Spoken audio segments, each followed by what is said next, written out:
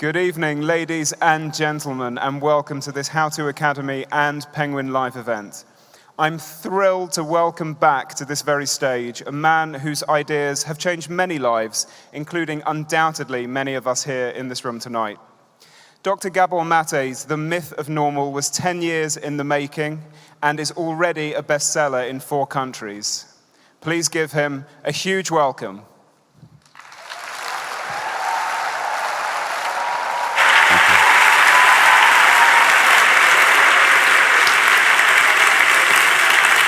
Thank you.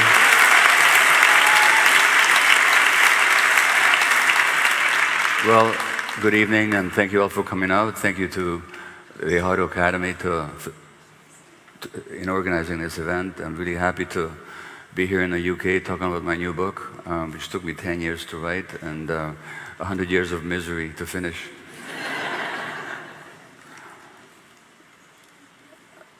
I was going to frame this tonight to talk to you a little bit about what it means to be a human being, because ultimately that's what this book is about. I'll quote from the last chapter. As many of you know, I'm of Hungarian Jewish origin and nearly lost my life at a year of age. And the person who organized that genocidal extinction of Hungarian Jewry was Adolf Eichmann. I'm quoting here from the very last chapter.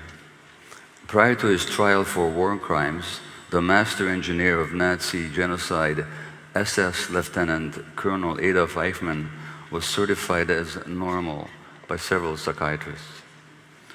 More normal at any rate than I am, one of them was said to have explained, according to Hannah Arendt's classic account. Another, Arendt reported, had found that Eichmann's whole psychological outlook, including his relationship with his wife and children, his mother and father, his brothers and sisters and friends, was not only normal, but most desirable. Now that little fact ought to make us consider what the heck normal actually means. Because this is the man who helped to organize the mechanics of millions of people going to their deaths. And he was considered to be normal. So our idea of normal is very much reflective of what you're used to. In a medical sense, there's a normal range of conditions outside of which this life is not possible. So beyond a certain range of temperature or blood pressure or blood acidity, for example, we don't live. So the normal range then is identical with what's healthy and natural. But it's very dangerous to make that assumption, that what we consider to be normal in our society is actually healthy and natural. And my argument that it is not.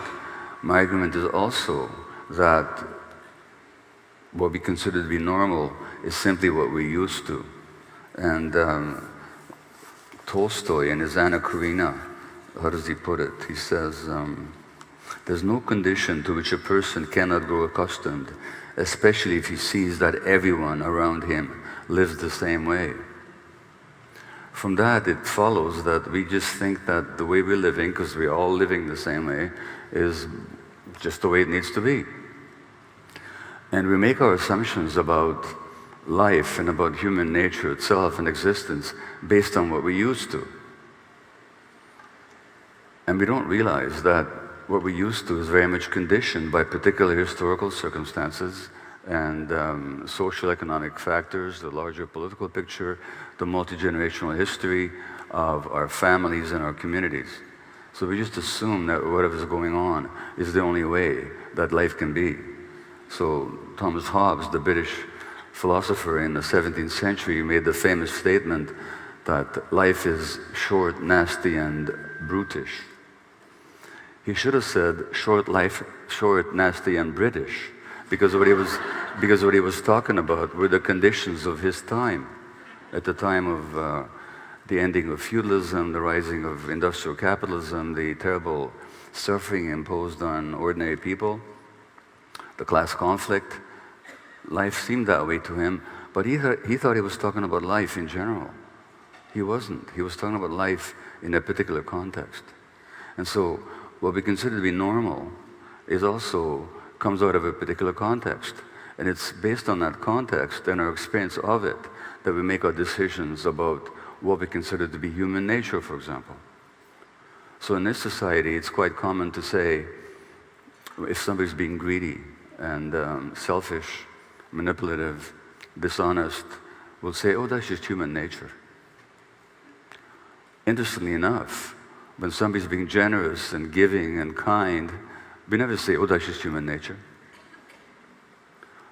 But actually, which is more genuinely human nature than the other? Well, what I'm saying to you is that what we consider to be human nature is very much conditioned by the society that we live in and the values that it imposes on us. It was Aldous Huxley in his Brave New World who said that, well, I'm quoting a character in Brave New World called the Director. He's one of the elite. He's one of the enforcers of the system. And that, put the Director sententiously, that is the secret of happiness and virtue. Liking what you've got to do. All conditioning aims at making people like their inescapable social destiny. Now, in this society, we consider that we're actually free agents and we live in a time when we can make all these choices and there's no constraints. Maybe, but maybe not. No, we may not be gestated in the test tube and biochemically programmed like the characters in Brave New World. But that doesn't mean that we're not under the influence of external factors that give us a certain view of ourselves and a view of society and a view of life and a view of others. It doesn't mean that we actually have a spontaneous and free relationship to these questions of who are we anyway. It may be that we're very much also the products of social conditioning in a much more sophisticated and kind of spontaneous fashion than the characters in Aldous Huxley's novel. In an ant colony, interestingly enough, there's the queen and then there are the worker ants. And the workers, and this is amazing to realize, genetically they're identical with the queen. The queen can ovulate, she's bigger, and she lives longer, but she's got the same genes as the worker ants. So what determines how those genes get triggered and expressed and activated has to do with the needs of the colony. So if you take the queen out of the colony, some of the worker ants will actually go to battle to become the queen. And the one that does then starts to ovulate. Their biology completely changes. And they'll be bigger and they'll live longer. So the biology of the queen is actually determined by the needs of the colony. Now, we're not as determined by group dynamics as ants are, and we're certainly genetically we're not identical like ants are, but this idea that we're sort of separate individuals fully in control of our destinies is really a myth. And the great trauma psychiatrist Bessel van der Kolk said that as much as we're told that we're separate individuals, we actually barely exist as individuals. And this goes back very much to ancient spiritual teachings, the difference being that those spiritual teachings have been validated now by modern science. So the idea that everything influences everything else is not a new concept. The Buddha said 2,500 years ago, consider the interconnected co-arising of all phenomena. He said, think of all the conditions that go into making a leaf or a raindrop. So, a leaf has in it the sun, the photosynthesis, the play of light, and the interaction of light with the chemistry of the plant. The leaf contains the earth in terms of minerals, and of course the sky, the water that makes up the substance of the leaf. So in that leaf, in a certain sense, the whole universe is united.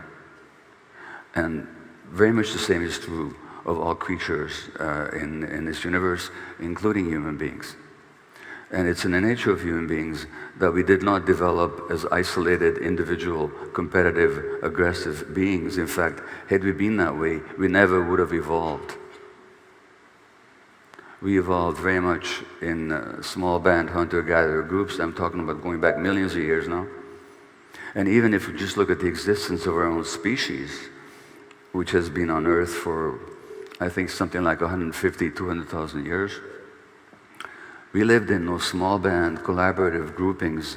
If the existence of human beings as a species, our current species, Homo sapiens, can be expressed in 1 hour on a clock, then until 6 minutes ago, we lived out in nature in small band hunter-gatherer groups. Collaboratively, children were raised by the whole group, not by individuals, not by nuclearly isolated parents, single or a single couple in a distinct bungalow or apartment, but in a group setting. I'm not arguing for going back to those days. I'm just trying to understand what it is that activates human beings and what is it that makes us ill or what promotes our health. Now, if you wanted to study, you can say of an elephant, if you observe an elephant, you might say that the elephant is a solitary, lazy creature who basically lies around the whole day, and every once in a while gets up to eat something and maybe walks around a little bit, back and forth, and then lies down again. And that'd be true of the elephant in the zoo. But it's not true of the elephant in its natural state. So to make assumptions about human beings and how we are and who we are in the context of modern society is in a way like making conclusions about an elephant in a zoo. Far divorced from our natural origins and following pathways and practices and holding beliefs and values that are very different under which we actually evolved as a species. Now, it's not that anybody wants to or would want to go back to hunter-gatherer days, but it is a matter of recognizing what maybe we've lost in the process. And the question is, can we use our ingenuity, our creativity, our incredible technical knowledge, our inventiveness for the benefit not just of relentless progress in a very narrow technological, economic sense, which progress, by the way, as we know in today's world, is leaving a lot of people behind. To look at figures in Britain about rising poverty, for example. But even if we assume that this continues progress, at what price? And is it possible to use that same ingenuity, creativity, and progress not to lose and leave behind those values that actually helped humans become humans, but to somehow reconcile modern living with those ancient values of connection and belonging. And belonging is not a minor issue. Loneliness, for example, extreme loneliness has been shown to be as much of a risk factor for illness as smoking 15 cigarettes a day. That's significant. And in the modern world, there's been an epidemic of loneliness to the point that at some point here in Britain, they appointed a minister for loneliness just to try to try and mitigate some of the impact of the loneliness that modern society has created. And when you look at the statistics, more and more people are feeling lonely. This is rising decade by decade by decade, which brings me to the point of my subtitle in this book, The Myth of Normal. I've already addressed that one. The false equation with what is the norm with healthy and natural. But the subtitle is Trauma, Illness, and Healing in a Toxic Culture. And the question of the toxicity of a culture is very simple. To what degree does it meet the needs of human beings? And to what degree does it perhaps undermine the genuine needs of human beings? And that then brings me back to the question of human nature. Well, is there a human nature then that we can actually say this is human nature in terms of this is behavior is representative of human nature and that behavior is not? Well, the answer is there's no such rigid definition of human nature that you can possibly apply.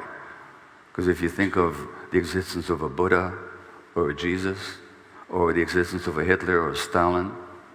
I could give other names more modern, but I'll leave modern politics aside to save people tender prejudice, just to protect people's tender prejudices. But the point is, if a Buddha and a Jesus can be human beings, and so can a Hitler and a Stalin, then what does that say about human nature? Which is human nature? The fact is, neither is human nature. We cannot talk about human nature in a fixed, rigid sense.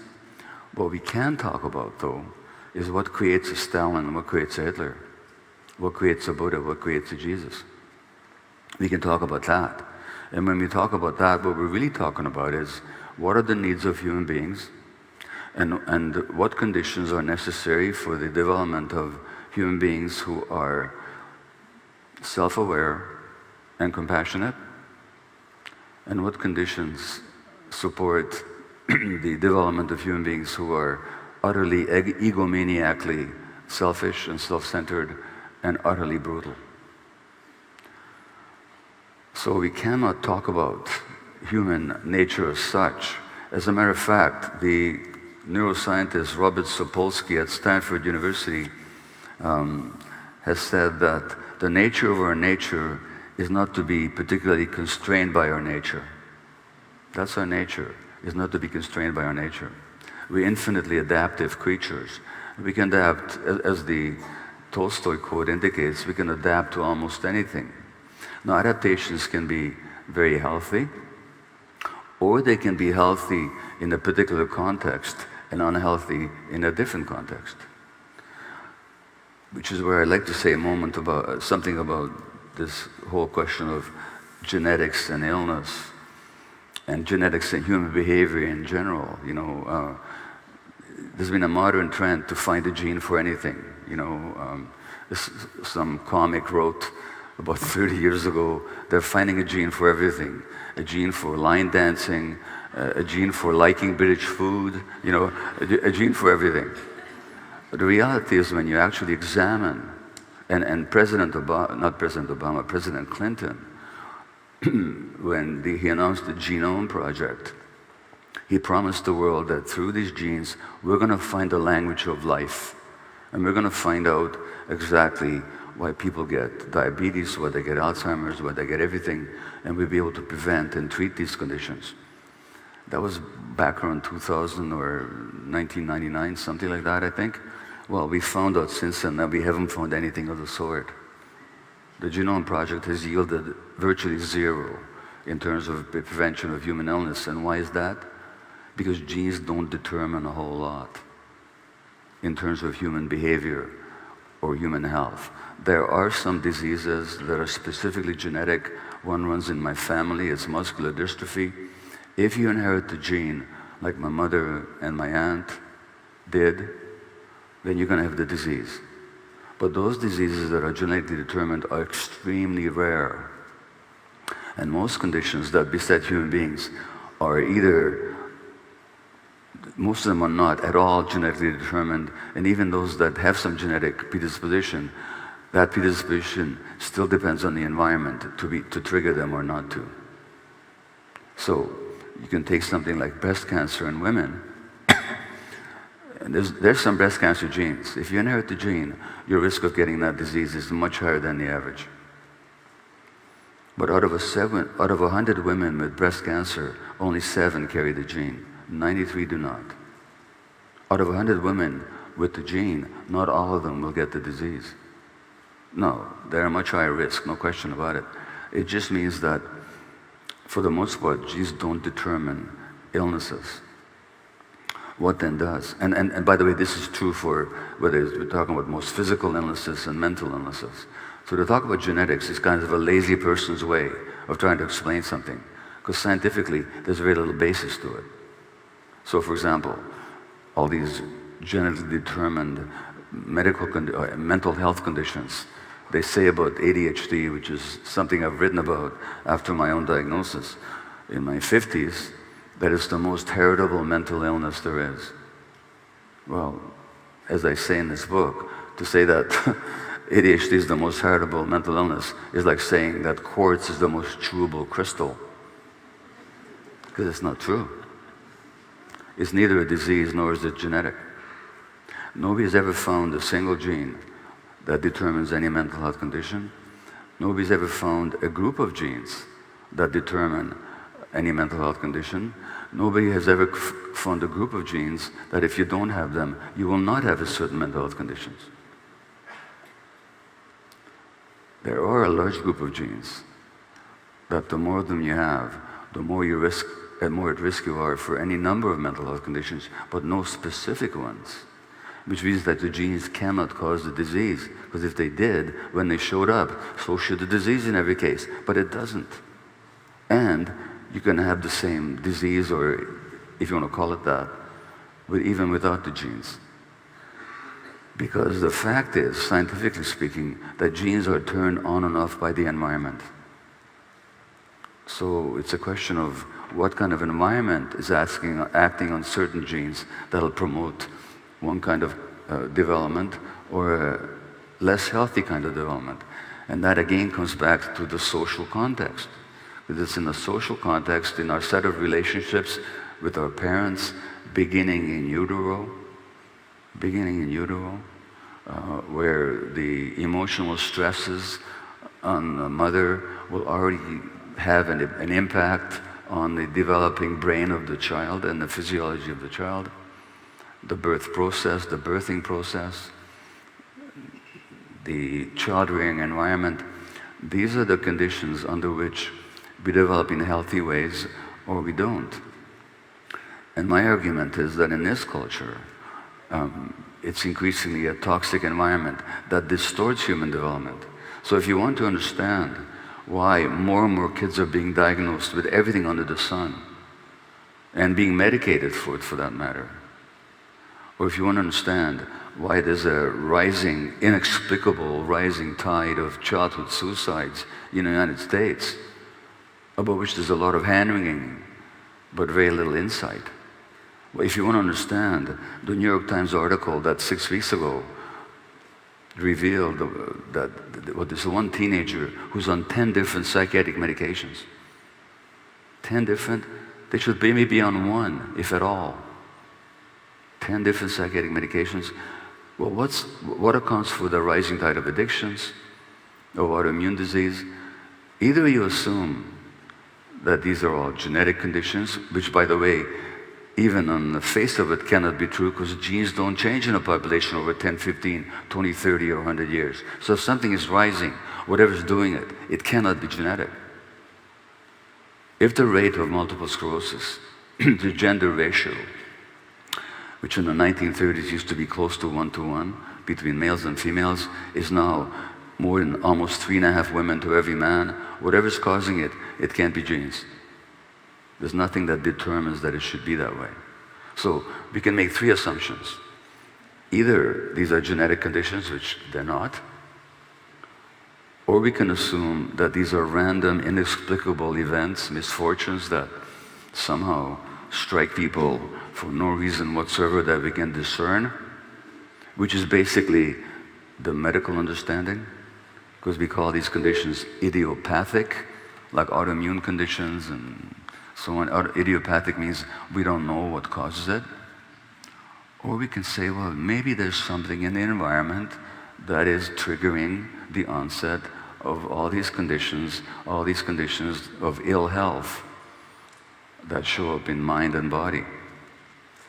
And if, since the numbers of these conditions is rising and the number of people being affected by it is rising, then just as in a laboratory, if you're growing organism in a lab culture and many of them got ill, you'd have to say this is a toxic culture. There's something about this culture that's making the creatures that live in it sick. I'm making the same argument about the culture that we're living in today. I mentioned multiple sclerosis. In 1870 or so, or 1860 perhaps, the French neurologist Jean-Martin Charcot, who first described the condition, said in so many words, well, I'm paraphrasing, but basically, that this is a stress-driven condition. He said this 150 years ago. Sir William Osler, the Canadian physician, knighted by Queen Victoria. I think he taught at Oxford. He also was one of the founding physicians at Johns Hopkins in the United States. He said that rheumatoid arthritis was a stress-driven condition. In 1870, the New York Times, about 6 months ago, had an article. They've done some study that showed that women with breast cancer, the more depressed they were, the worse their prognosis was. In other words, there was a relationship between the emotional state of the woman and the outcome of her illness. And the New York Times thought this was amazing news. Except for the fact, when you look at the medical literature, in 1870, for God's sakes, there was a British surgeon called James Paget who said the same thing.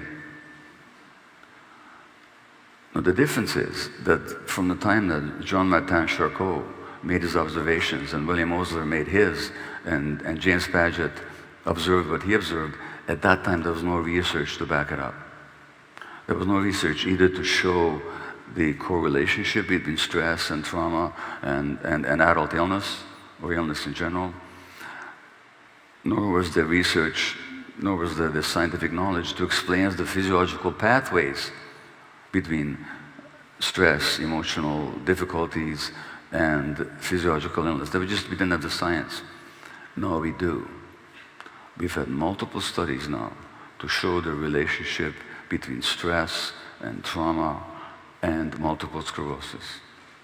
We've had multiple studies showing the same relationship between these same conditions and rheumatoid arthritis, or, for example, malignancy.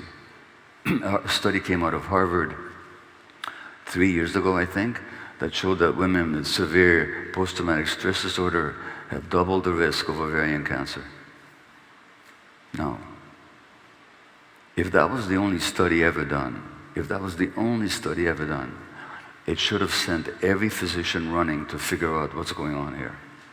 What's the relationship between an individual's emotional states and their trauma and their physical health? But you know what?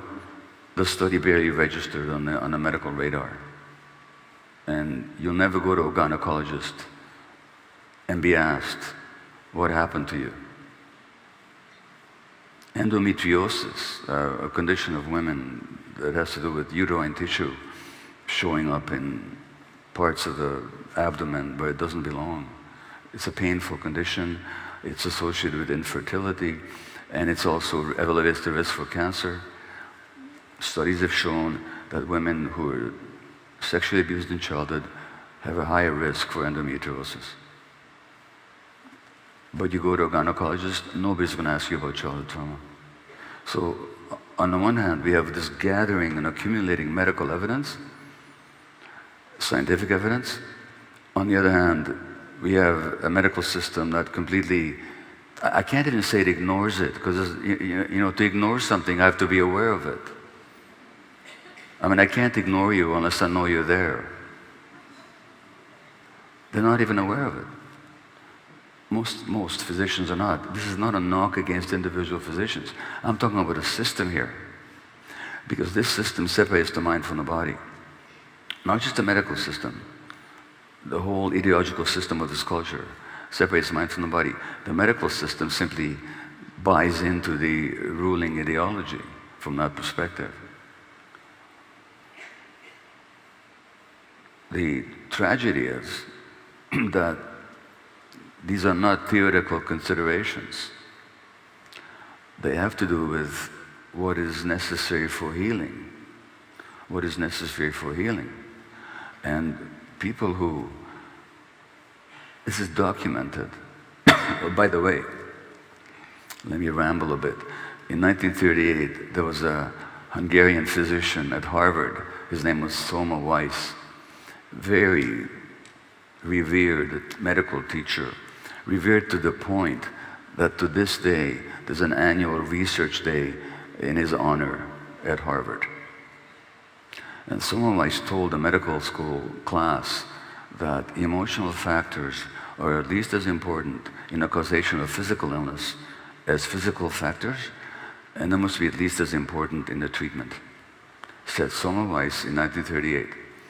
This lecture of his was actually printed in a journal of the American Medical Association in 1940. I didn't know about it. I found out about it as I was writing this book. So that's 1940. The mind-body unity that Semmelweis and some of his pioneering predecessors intuited without knowing the actual science of it. Now we have the science of the mind-body unity. It's not even controversial that emotions are part and parcel of the same apparatus that runs our immune system. What happens to us emotionally has impact physiologically. It's just scientifically obvious, not controversial, and completely ignored in medical practice, to the point that as I read that article about Weiss, or his article, at the same time I was talking to a medical colleague at Harvard. His name is Dr. Jeff Rediger. And Jeff is a psychiatrist. He's the head of one of the departments at McLean's Hospital at Harvard. And he himself has written a book called that's somebody else. He wrote a book called Cured, something about the amazing science of spontaneous remission. And spontaneous remission is when people have a terminal disease and medical treatment fails, or the individual refuses medical treatment, and yet the individual heals, the disease goes away, and decades later they're alive and fully healthy. And so Rediger documented these cases in that he studied them and he looked at the medical records, so that wasn't just stories. I have several such stories myself where people are either are told that they're going to die of their disease and then they don't. But in any case, Jeff told me that to talk about mind-body medicine to this day at Harvard is to jeopardize your career. He said it's getting better, but it's still very, very difficult. Still very, very difficult. Well, that's kind of strange, isn't it? That on the one hand there should be all this science, all this insight, all this evidence, and on the other hand, we don't follow it in practice. We can ponder as to why not, but I don't want to go into it right now. I'd rather get on to a related topic here, which is then, what is it that makes us ill? So, given the mind-body unity, we just have to look at people's emotional lives, not as the only cause of an illness, but as a significant contributing factor. And the reason it's important to look at that, because that's one of the factors that we can change. Just like we can change somebody's diet for the healthier, just as we can suggest that people change their relationship to their bodies in terms of exercise and rest and sleep and getting fresh air and all that, we can also address this significant contribution to disease that Semmelweis pointed out is at least as important as physical factors in the causation of illness, and should be at least as important in the treatment. Now, what is the essential psychological factor that I have found, at least, and not just me, by the way, contributes to the onset of illness? What it is separation from ourselves, a disconnection from ourselves. And what I'm talking about here is about trauma. Because the impact of trauma is to disconnect us from ourselves. And that's adaptive. That's actually adaptive. If conditions are such that the child is suffering in a way that's not being helped or alleviated by nurturing adults, and the child is alone with the suffering, it's unbearable.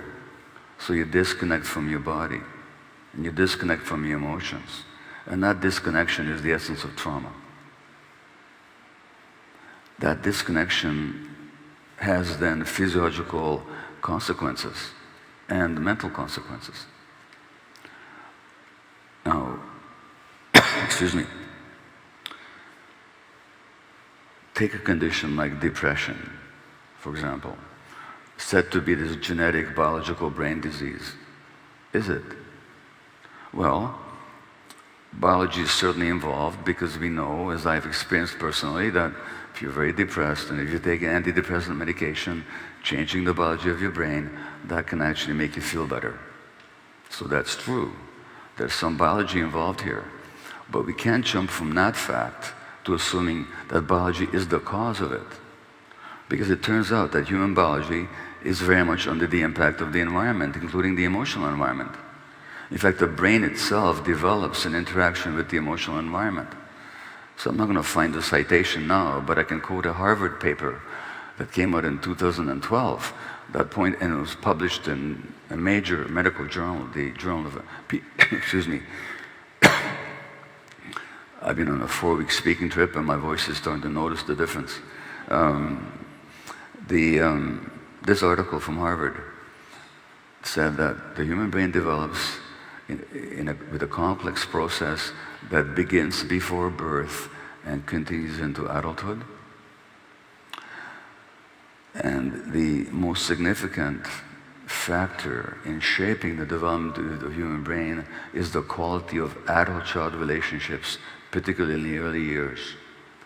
In other words, the biology of the brain itself is significantly determined by the emotional environment acting on the genes. It's not genes or the environment, it's the environment acting on the genes.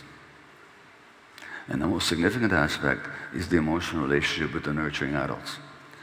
And that's where this culture begins its toxic imprint on the human child and the traumatization of the human child. Now, trauma, to be clear, it's a word that we use rather loosely and promiscuously. On the other hand, we don't use it nearly often enough. So we use it rather too loosely when we talk about difficult experiences being traumatic. You know, I saw this movie last night and I was traumatized. No, you weren't. You just were upset.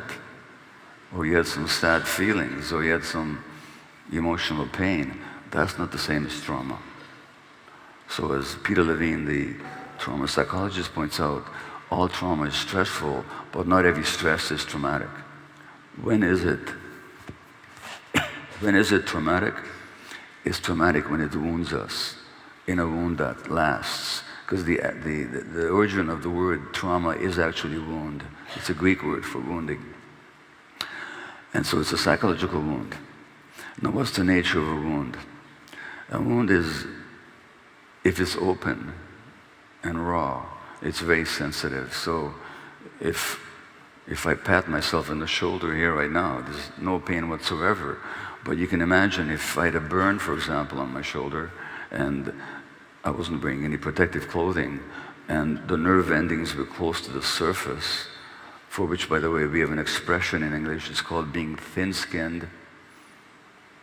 And we tend to sort of look upon people who are thin-skinned. You know who those people are? They're just more sensitive. That's what they inherited genetically. Not any disease, but a sensitivity. Which means that when you tap them even lightly, they hurt a lot more. It also means that with the same genes, if they're treated well, they just become that much more creative, spontaneous, intuitive, and lively than others. The sensitivity doesn't determine illness. It determines your sensitivity to the environment. What happens to you then and how you develop depends on what the environment does to you, what environment you grow up in. And I just lost my train of thought. What the heck? What was I talking about before I started talking about sensitivity? Anybody remember? Oh, the tapping on the shoulder. Yeah, well, that was about sensitivity. Sorry? Yeah. Anyway, so here's the thing. You can hurt people in two ways. So trauma is a wound. Yeah, so the one aspect of trauma, I got it now, is it's as an open sore that if you touch it, it really hurts. And it's in the nature of psychic wounds that they don't automatically heal. So you can have a psychic wound that you sustained when you were 6 months of age, or in my case, in the first year of my life. That if it's unhealed, that sensitivity will still be there, or that reaction to that wound will still be there when somebody touches me on that wound 50, 60, 70 years later. And so when, you know, in my particular case, you know, being given to a stranger in the street by my mother to save my life, that wasn't the trauma. The trauma is not what happens to you. The trauma is the psychic wound that you sustain internally. Now, the wound that I sustained when my mother gave me to a stranger, which, when you actually think about it at all rationally, was just an incredible act of love on the part of a 24-year-old young woman whose parents had been killed in Auschwitz, whose only person in her life was me, because my father was away in forced labor. She didn't know if he was dead or alive, and she's giving me up to a stranger to save my life. It's an incredible act of love. But how do I interpret it as an infant? As an abandonment, as a rejection. So the wound is not that I was given to the stranger. The wound is what I made it mean. The interpretation that I formed, which is that I'm being rejected, abandoned, because I'm not lovable, I'm not important, I'm just not worthy. That's the wound. So it's not what happened to you, it's what happened inside you as a result of what happened to you. So that can remain an open sore on the one hand, which decades later is touched in my relationship, say, with my spouse, and I talk about that in the very first chapter of this book. So it can remain as an open wound, and that's when we get triggered. Now think about that word, triggered. We talk about triggers all the time, and we think the problem is the triggers. But think about it, metaphorically. A trigger is a small little thing. It only works if there's some ammunition and a weapon and explosive charge there. So when I get triggered, it's not the external thing that's the problem here. The problem is the explosive charge that I'm still carrying, the ammunition. That's what's set off when I'm triggered. Therefore, when I'm triggered, or you're triggered, we can complain about the external event that triggered you. Or you can start wondering what I'm still carrying. What is the explosive charge? What is the unresolved trauma that's actually being activated here? And as Eckhart Tolle, the spiritual teacher, says, be at least, that doesn't mean that we should be sitting ducks and sort of willing victims to other people's unacceptable behavior. That's not what I mean at all. What I mean is, when something relatively trivial happens and we make a big mountain out of a molehill, that's because there was some unconscious stuff of a traumatic nature that we haven't resolved yet. And this shows up in relationships all the time. In fact, it's why relationships fail so often. People think that the problem is the other person who's triggering them. They don't realize that they're the ones who are carrying the explosive charge. So that's one aspect of a wound, is its open, hypersensitive nature. What also happens to wounds, of course, is that they form scar tissue. And scar tissue has a protective function, but it also has its restrictions in that it's hard, it doesn't have nerve endings in it, so that there's no feeling in them. So people traumatized very often lose connection to their own feelings. They don't know what they feel. On the one hand, they can feel way too much at a trivial stimulus. On the other hand, often they don't even know what they feel. So there's a disconnection for me between myself and my actual experience. We also disconnect from our bodies. I mean, if we're hurt in our bodies, if we can escape, terrific. If we can fight back, terrific. But a child being traumatized can do neither. So very often, people traumatized disconnect from their bodies. And I spoke with the luminous author and playwright and women's activist, Eve Ensler, or formerly known as Eve Ensler. She wrote the Vagina Monologues that some of you might remember. And she wrote this amazing book called In the Body of the World, where she asks, do I have rape cancer? And she did have rape cancer. Her father abused her sexually for a long time as a child. She doesn't call herself Eve Ensler anymore because she doesn't really identify with the name of her rapist. So she's called V now, just V. And one of the ways that V survived her childhood was to disconnect from the body, to the point, she says, there was a tumor the size of a mango inside me. She had severe advanced uterine cancer. She wasn't even aware of it. And it was only after she was operated on and she's gone through a healing process that she reconnected with her body.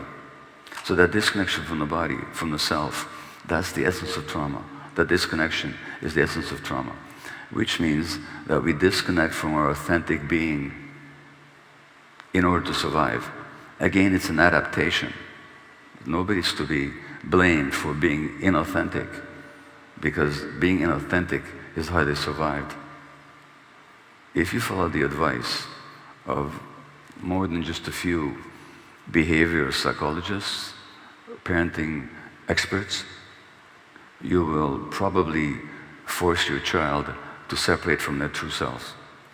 There's two ways you can hurt children. One is by doing bad things to them, like the sexual abuse, physical, emotional abuse, which the Daily Telegraph recommended about 10 years ago in a couple of articles where they pointed out that the problem with our kids today is we stop using the cane in our schools. Let's bring the cane back. Let's traumatize our children in order to get them to behave. You follow that advice, you'll force a child to disconnect from themselves. You don't pick up a child when they're crying, you force the child to disconnect from themselves. So what I'm saying about trauma, it doesn't have to be these big ticket or big T events like abuse. It can simply be modern parenting practices advocated by so many parenting experts that have parents actually ignore their own parenting intuitions in order to enforce certain behaviors on the child. So that's what we call small T trauma, which is not about terrible things that happen to kids, but about the good things that don't happen. And to go back to my concept of the toxic culture, the toxicity of a culture is determined by, does this culture serve or undermine healthy human development? Well, if we understand the needs of the human child, which is for unconditional loving acceptance, a totally secure attachment to nurturing caregivers, such as, by the way, I was not able to provide for my children. So my son, who co-wrote the book with me, thank God, because this is not a project I could have accomplished on my own. He writes in this book about it, a nightmare he used to have as a child, where the floor disappeared from under his feet. And what he was talking about is that in the emotional atmosphere of the home where he grew up in, things were so volatile. He never knew when a very tense and often abrasive conflict would break out within his parents. I'm not talking about physical violence, by the way. I'm talking about emotional stress and strain. And the child immediately feels insecure, lack of safety. Lack of safety interferes with neurological and brain development. And this had nothing to do with whether we loved our kids or not. Of course we did. But you can hurt people. What I'm saying is you can hurt people in two ways. You can hurt them by doing bad things to them, such as the abuse or the wartime or the death of a parent or the parent being jailed. These are the so-called adverse childhood experiences. The ACE studies that, how many of you are familiar with them? The ACE studies, an encouragingly good number here. The ACE studies show that the more there's physical, sexual, emotional abuse, the death of a parent, jailing of a parent, a rancorous divorce, violence in the family, a parent being addicted or mentally ill or neglect, the more these 10 adverse child experiences show up in the child's life, the greater their risk for addiction, for autoimmune disease, for mental health conditions, and so on. So those are what we call the big T traumas. What they don't talk about, by the way, they should have, but they didn't include factors like racism that a child might experience, or poverty that a child might experience. Those can be very traumatic, with traumatic impact on the brain, actually, traumatic impact on the physiology. There's a chapter in this book. There was a study only 3 weeks ago. I was already on book tour when the study came out. Episodes of racism, the immune system immediately is diminished in its effectiveness, at least for a while. And of course, the stress hormone levels rise, which are a threat to health. So that all these things are not just sort of emotional travails, they actually have a physiological impact. They get underneath the skin, literally. So, in a broader sense of adverse childhood experiences, we must include social factors such as inequality, such as poverty, such as racism, such as genderism. And the more of these factors are present, the sicker you expect people to be, theoretically. And it's also what you find in practice. So, for example, autoimmune conditions are far more likely amongst women, for reasons that I talk about in this book, which has to do with the cultural role of women in this society. Mary Wollstonecraft, early feminist, mother of, I think the mother of, who wrote Frankenstein? Was it Mary Shelley? Yeah, her mother, an early feminist. She talked in the 18th century about how women are forced to suppress their true nature even before they understand their true nature. So this is a culturally imposed phenomenon. You'd expect that the more than race and gender and poverty intersect, if we understand the mind-body unity, and if we understand that our biology is largely shaped and affected by our social conditions and our relationships, then you would expect that in a society where racism is still rife, if you're a woman, if you're poor, and if you're a person of color, you're going to get more autoimmune disease, which is exactly what you get in significant percentages. So that an indigenous woman in Canada, a population who never knew autoimmune disease prior to colonization, an indigenous woman in Canada today with the horrible history and a horrible present in Canada of their situation, they have 6 times the rate of rheumatoid arthritis than that of anybody else. This is in a population that did not used to have autoimmune disease at all.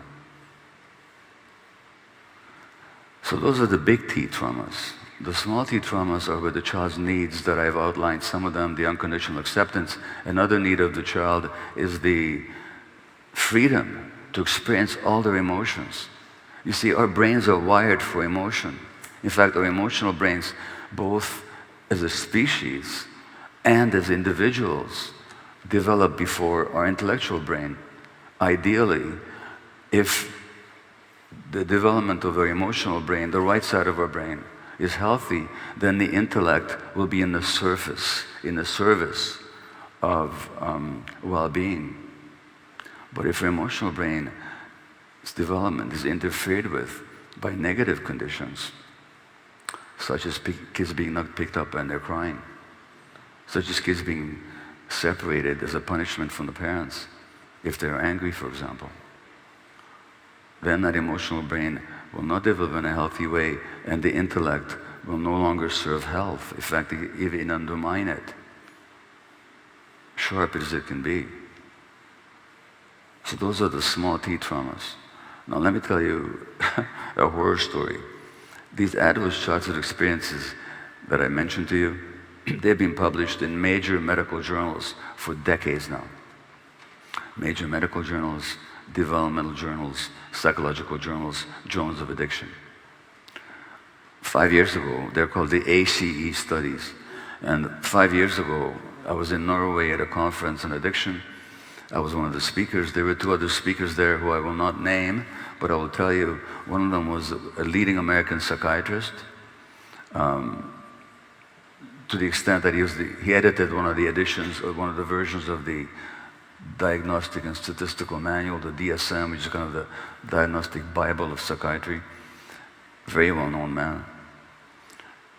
The other speaker was a therapist of cognitive behavioral therapy, as high up in the CBT world as you can get. Very well-known name. And we had dinner the night before the conference, and I asked one of them where they lived, and they said lived in a certain city, San Diego. And I said, well, you must know Vincent Felitti. And they said, who's that? I said, well, he's the lead investigator. Felitti is an internal medicine specialist who, working in an obesity clinic, found that they could lose their clients, they could help their clients lose weight, but they cannot help them keep it off. And Felitti did something somewhat unusual for a medical doctor. He started listening to his patients. And he said, what's going on here? And they said, don't we get it? We're stuffing down our pain. They'd all been traumatized in childhood. And that's what gave rise to the adverse childhood experiences studies. Vince lives in San Diego.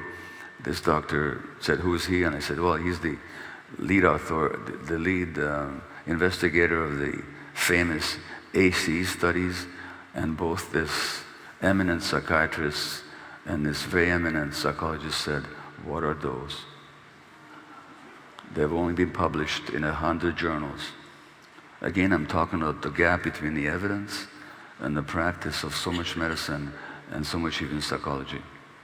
Now here in Britain,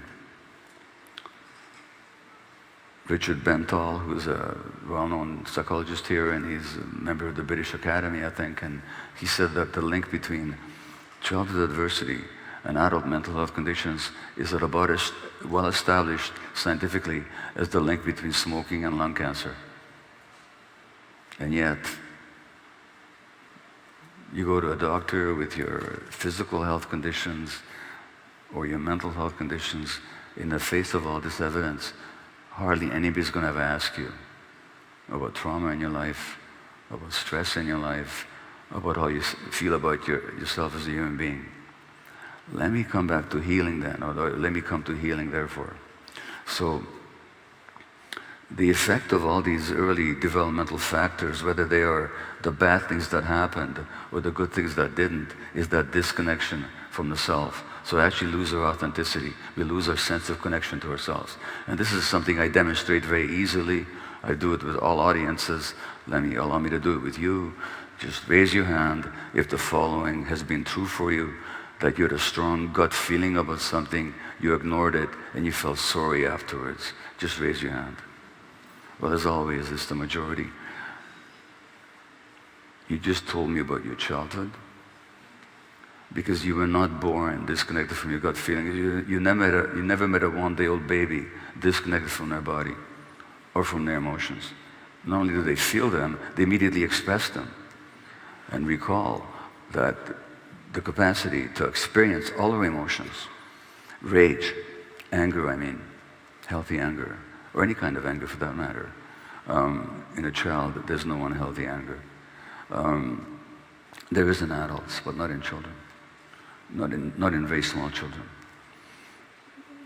The joy, the playfulness, the grief, the fear, all these are emotional circuits in our brain. They need to be valued, and their expression needs to be accepted and supported and then channeled in healthy ways by the adults. So when they're not, we lose the connection to ourselves, which I said was the essential trauma. We become inauthentic.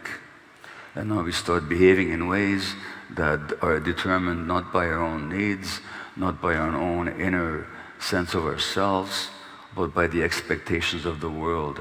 And we become just like the characters in Brave New World. We are conditioned to like what we're supposed to do, which has nothing to do with our own needs, but everything to do with the expectations, needs, and values of a society whose fundamental dynamic is the accumulation of wealth and profit. Nothing to do with human needs whatsoever. To the point, and I don't think this is too controversial for me to say, that some of the most successful people in this world, success as measured by the values of this society, are also the ones who profit from the destruction of the world. Just how it is. Even now, with all the evidence about climate change, and even all the corporate advertising about green this and green that, most of the campaign money in the States goes to politicians who either deny or stand in the way of recognizing the devastations of climate change. This on the part of people that are not evil by nature, on the part of people who don't intend to do bad. They just want to make a profit. But if that's what's driving their behavior, they're not going to care what the impact is. And that's the world we live in. So in terms of human nature, just ask yourself this. When are you more at ease? When are you viscerally more at peace?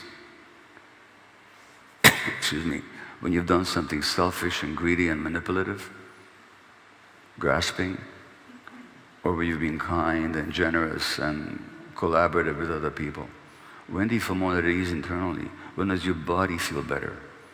Most people will say that there's much more peace, much more ease, much more comfort inside their body physiologically when they actually are open-hearted, genuinely, not open-hearted for the sake of being liked or respected, not open-hearted for the sake of being accepted, but open-hearted because it expresses who they are. When do you feel more at ease in your body? Most of you will say, yes, when I'm being open-hearted, kind and generous, not when I'm being greedy, selfish and competitive. Well, that tells you something about what human nature actually is. And so that loss of authenticity, for reasons I will not go into explaining now, but maybe you'll intuit to a significant degree, and you'll certainly get that information in this book and my other books, is that loss of authenticity is a significant cause of illness and distress, physical and mental. And I love quoting Hungarian doctors for some reason, I don't know why. And Dr. János Hans Selye, S-E-L-Y-E, who was the preeminent researcher of stress. In fact, he coined the word stress in a way that we use it today. And he's the one that showed in the laboratory how stressing animals will have physiological impacts on their immune system, on their hormonal apparatus, on their intestines. And Selye was not only a brilliant physician, he was also a brilliant researcher. He was also a humanist. And he wrote in his book on stress, he said that most of our tensions and frustrations come from compulsive needs to act the role of someone that we're not. So inauthenticity is our biggest source of stress, he pointed out. But that inauthenticity, he may not have realized, wasn't our fault, it wasn't kind of a mistake, it wasn't a moral failure, it was an adaptive response to our early environment. So the question then becomes not to judge ourselves for being inauthentic, not to judge ourselves from being disconnected from ourselves, but to understand that actually those were normal responses to an abnormal environment. But if you want to become healthy, guess what? The word health originates in a word for wholeness. So if trauma is the disconnection from ourselves, then health is the reconnection, which is entirely possible, entirely available for us, because that capacity for healing is simply in our nature as organisms. So, and there's a part of us that can never be destroyed. It can be obscured. We can lose connection with it. I certainly have for long periods of my life. But it's always there, as long as there's consciousness. This capacity for healing, for rejoining our disconnected parts, and to become whole and to heal, that's just with us all our lives. And so that I don't have a negative message for you.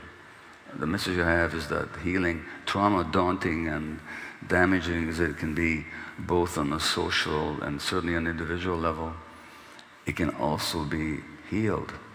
Because trauma is not what happened to you, but what happened inside you as a result. And if you're still carrying the imprints and residues of what happened to you, that can be healed. If I got the message that I wasn't worthy and important just for existing, that I had to prove my worth to the world, and that created certain behaviors and on my part, I can actually come to the conclusion it was never true. It was never true that I wasn't worth it. It was never true that you were not worth it. It was never true. It was simply a conclusion you came to as a result of what happened to you. And if you stop trying to prove to the world by being a hard worker or being extraordinarily pleasant or being focusing on your looks all the time or focusing on your successes and achievements, but just dare to show up as the vulnerable creature that we all are and reconnected with your true vulnerable self, which at the time adaptively was too painful for you to experience, but you're no longer that helpless child. Well, then that just means that healing is possible to you. And so let me finish with a quote that somebody sent me tonight. It's about I'm going to finish with two quotes. One is, it follows that when we get ill, not that I recommend this way of learning, but illness can also show up as a teacher. I don't recommend it. I recommend that you do the learning before you get sick. But for a lot of people who do get sick, illness actually functions as a teacher that pretty much calls them back to authenticity and drop the behaviors and self-imposed stresses that their adaptive inauthenticity has imposed on them. And so I'm going to give you one of my favorite quotes. This is from a spiritual teacher.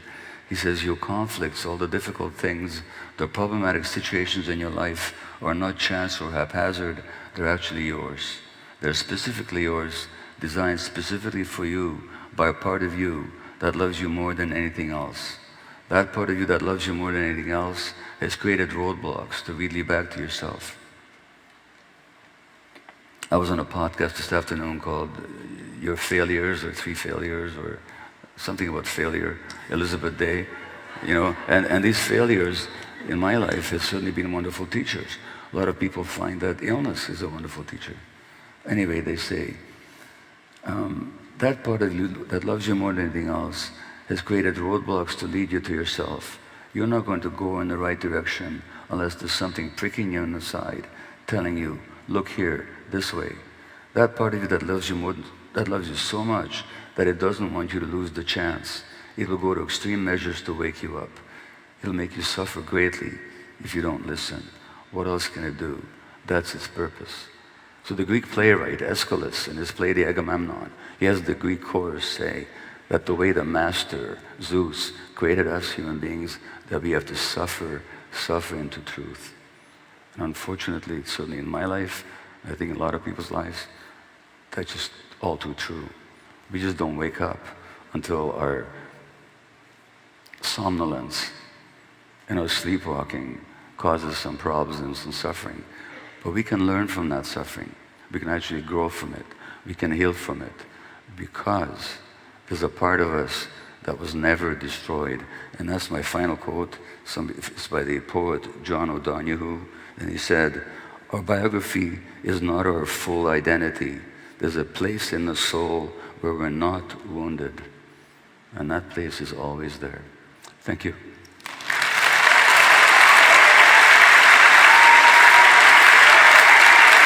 Thank you.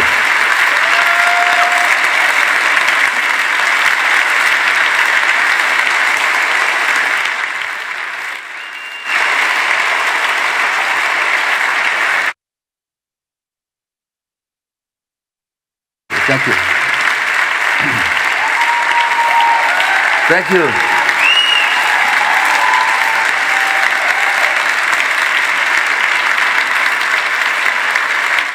Now, I did speak over time, but that's how it went. We'll have time for a few questions.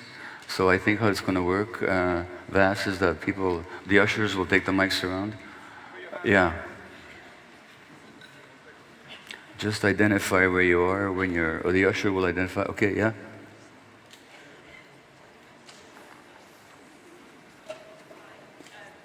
Is that working? Yeah. Yeah. Thank you so much. You talked about the healing.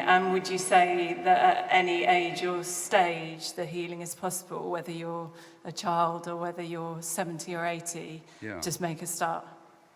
Well, it's always available because the healing is part of the nature of any organism. So it's a question of how much consciousness, awareness, and how much support there is. But it's certainly possible at any age, any stage of life. I've seen people heal even when they were dying. By healing, I didn't mean that they got cured. They didn't.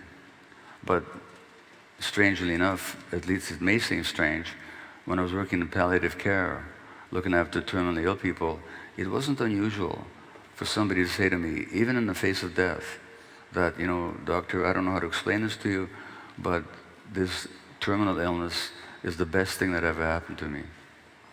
Because in confronting death, and in confronting some of the factors that made them ill in the first place, they reconnected with themselves, which is what somebody has called the precious pearl. Now, I don't recommend that way of learning again. All I'm saying is that even in that terminal phase, healing is possible, even when cure is not sometimes. Now, on the other hand, I can also tell you, as I do in this book, that, and as Jeff Rediger has documented as well, is that once you reconnect with your authentic self, a lot of medical conditions can abate and even remit completely. I'm not promising that. I'm just saying I've seen it too often. And there's too many examples also written up in the literature. So that, yeah, healing is always possible, as long as there's consciousness. Okay?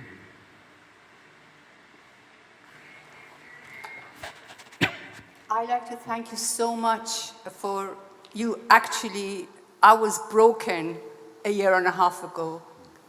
Coming to see you on YouTube and then following you actually saved me. As a lifelong activist, political activist from Iran, I've suffered a lot of small t trauma. And I was just thinking, okay, maybe now my body says no, so I should maybe rest it. And I read The Myth of Normal.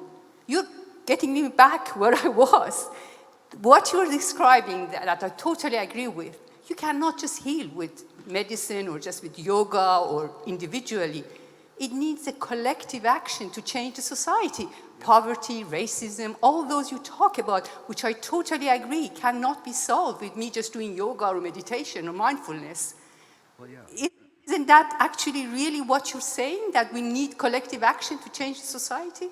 Well, you took the words. You took the words right out of my mouth, or out of my book, I should say, because in the chapter on individual healing, we present the 4 A's of authenticity, agency, anger, and acceptance. In the final chapter, we add 2 more. One of them is activism. So, yeah. I haven't read yet. I just got there to that chapter, yeah, sorry. Yeah, okay, so yeah. One of the toxicities of this culture is the kind of passivity that it inculcates into our social character being a phrase of the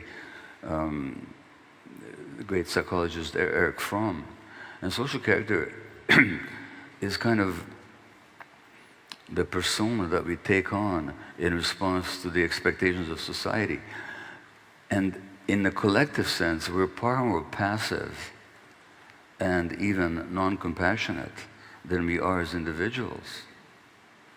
Because as individuals, at least most of us will feel bad on seeing a homeless person. Mm. But as a social collective, we put up with it. Mm. As individuals, nobody wants climate change. Nobody wants it. Some people want to profit from it, but nobody wants the climate change as such. And it's, according to all kinds of evidence, it is it's the greatest threat ever facing mankind. We're completely passive in the face of it. And that passivity is inculcated in us by this culture. It's one of the ways that the culture survives, is by inducing this passivity. So yes, activism is very much one of the antidotes to that. Yeah. Okay?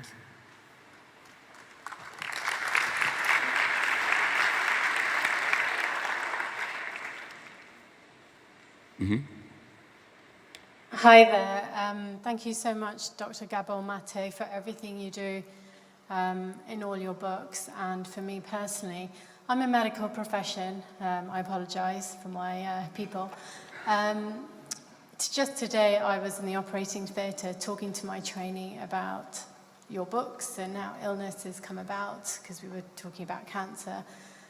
And you said in your talk today about how 2 eminent psychiatrists or in that field didn't even know about the ACEs. That's right. How would you suggest that we go about waking up the medical profession?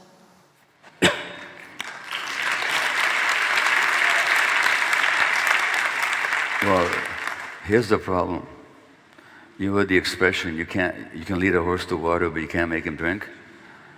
You can't even lead the horse to water. I don't have a clear idea.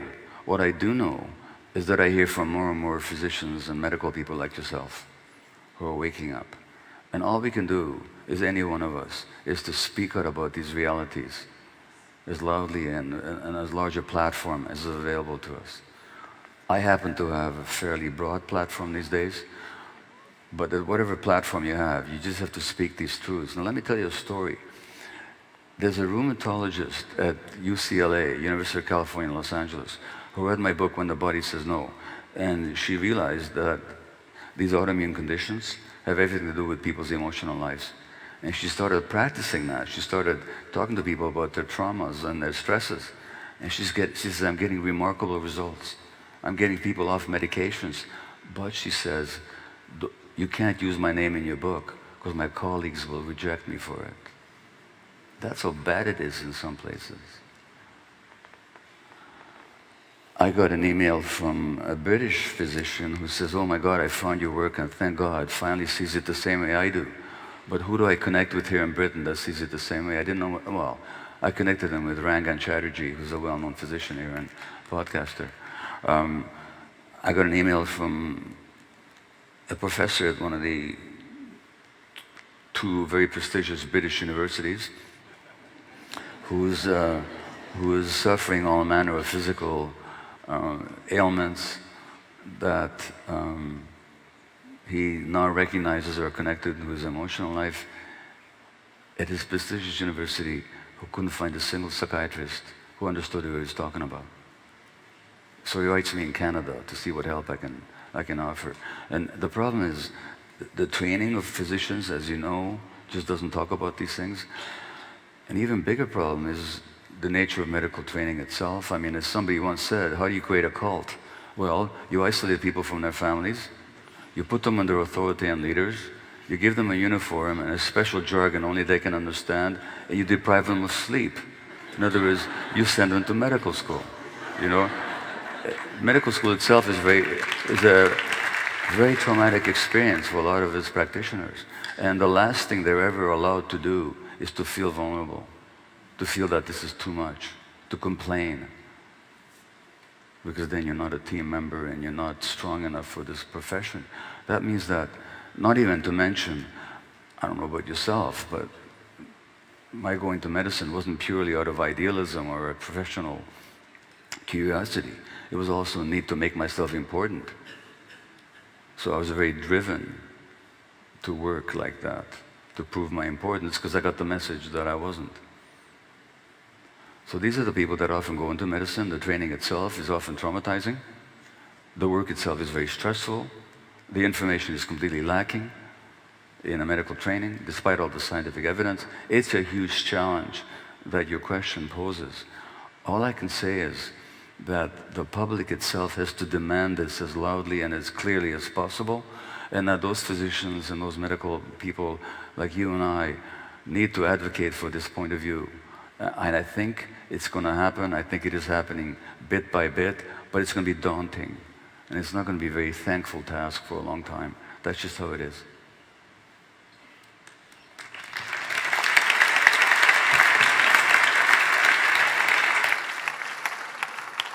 Hello. Hi. First, I'd like to thank you so much for all the work that you do and for all the ripple effect that you're creating in the world, which is inspiring many of us to do the same. Thank you. Thank you. In my case, I've been reading, as a therapist, I've been reading also about the possibilities of re-traumatization in the healing process. Mm-hmm. How so? And I'm actually trying to find out what would be the common thread that would produce that in certain cases? Would it be the unwillingness to go through the healing process, or do you have any ideas? No. Thank you. Most of the people who talk about re-traumatization just haven't dealt with their own trauma. And they're projecting their own fear onto their clients. That's the first point. The second point is that the original trauma occurred precisely because the child wasn't safe. It wasn't because there was pain. Life brings pain. That's the nature of life. Not that it has to, it's just that it does. Your puppy dog will die. Your grandfather may not feel like seeing you one day. Your parents may have a fight. So pain is almost unavoidable. Pain is not the problem. The pain is that the child is alone with the pain. So can't process it. So has to disconnect. That's what the problem is, because there's no safety. Now, the original pain was incurred when the child is absolutely alone, helpless, and without support. In a therapeutic setting, if you as the therapist provide safety, that person may experience pain. In fact, you hope that they will. Not that you will deliberately evoke the pain or cause it somehow, but just the fact of healing. When you look at what happened, you realize there's a lot of pain inside me. That's not re-traumatizing. That's actually healing. Because now you're experiencing the pain in a safe context, where you're being heard and validated and witnessed and supported. Why would that be re-traumatizing? So no, the answer is no. On the other hand, if the therapy is inept, if the therapist hasn't dealt with their own stuff, then it's entirely possible that something will happen that will reinforce the trauma that's already there. But I'd say that depends on the kind of therapy and therapist that is being provided. It's not an intrinsic attribute of the therapeutic process. Okay? Thank you.